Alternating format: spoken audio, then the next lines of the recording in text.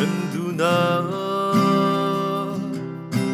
Nanglawng kan tlaihchan Nanglawng kan duh kadawt Nanglawng Zungzal in Dawtnak biakan phai tlaih vanmi hmun khat kan zuang lai kadawt khua zakip kan ttii Nanglawng ka vanmi muidawh na si ka samhrisih ka tlaihchan mi na si kadawt Nanglawng hi ka tlaih ka Kut Tlinh Kan Duh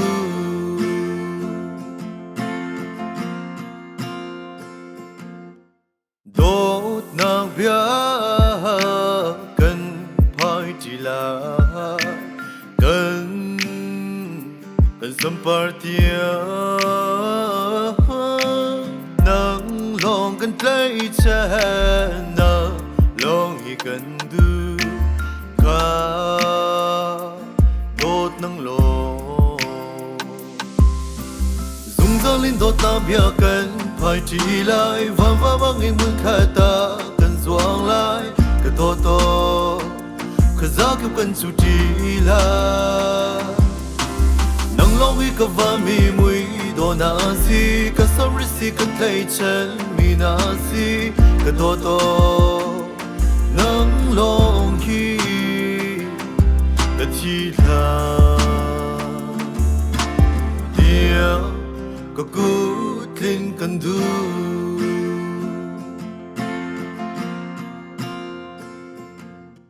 Nanglawng hi kan tlaihchan Nanglawng hi ka mi na si Nanglawng hi ka mi na si kadawt Nanglawng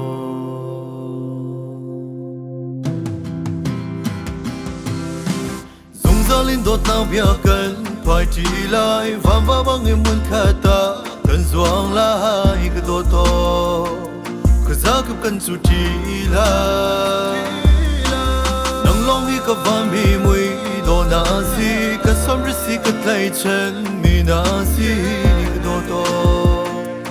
Nanglawng hi la la la la la la la la la la la la la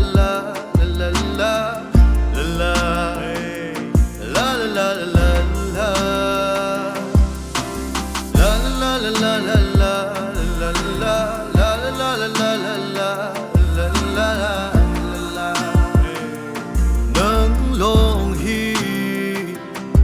ka tlaih ka Kut Tlinh Kan Duh